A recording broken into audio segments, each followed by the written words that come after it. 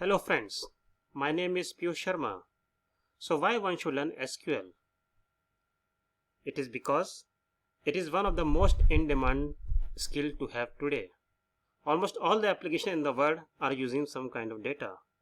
With the massive amount of data being generated from Facebook, Twitter, Gmail, Instagram to name a few, the demand for data analysts and data scientists is growing each and every day. Without the knowledge of SQL, it is almost impossible to do any kind of data analytics.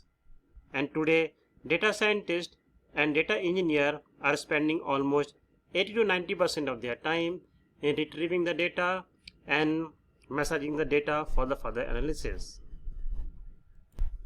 Data scientists and data engineers are spending quite a lot of time in playing with the data, and for that the knowledge of SQL is usually very important and the first important step to become a data scientist. If you see the demand for SQL, it is right on the top three.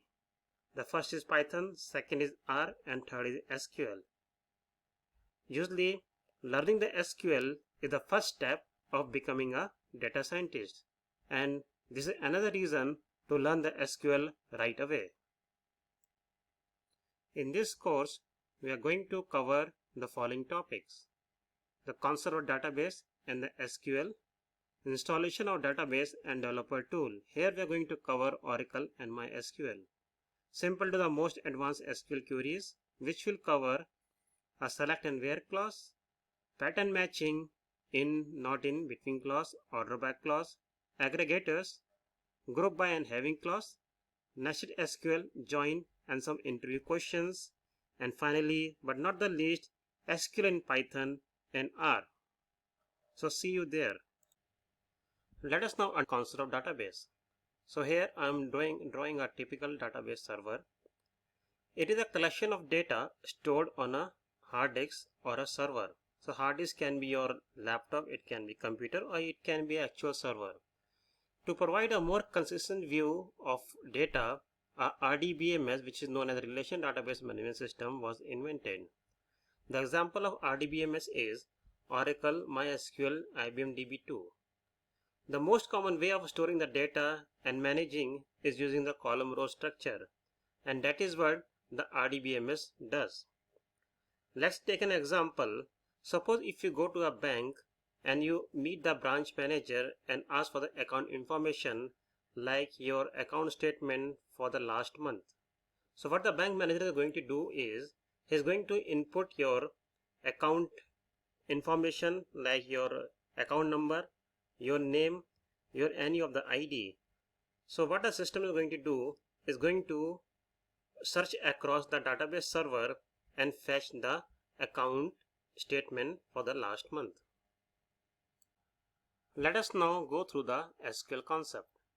A SQL is a structured query language to retrieve the data with a specified condition. When a user wants to get the information from the database, he can issue a query to retrieve the data. Remember our example of a customer going to the bank where he requested the bank manager to retrieve the data of his account for the last month.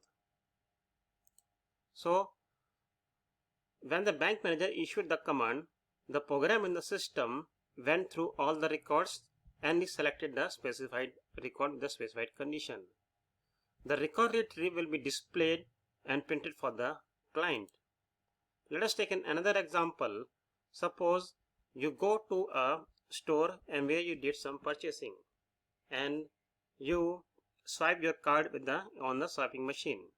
So what the swipe machine does, it will read the card information and it will search across the database server of your account balance, and accordingly it will deduct the account balance from your card. So what happens here is that the swipe machine will read the card info and retrieve the data of your card from the data. Now here it is a typical process flow diagram for fetching the data from the database server. So what happened here is this is the database server and this is the SQL engine. So what happened here is that from here the user is going to issue a SQL command and from the SQL engine is going to fetch the data from the database server, and it will retrieve the output to the user machines.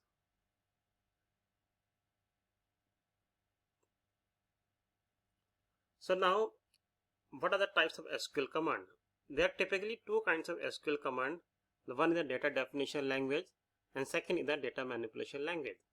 The data definition language is used to create and modify the schema of the database, and commands like create, alter, and drop are part of this language.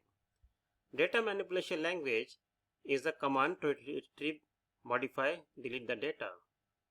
So as a data analyst, you're going to spend most of your time in the manipulation language.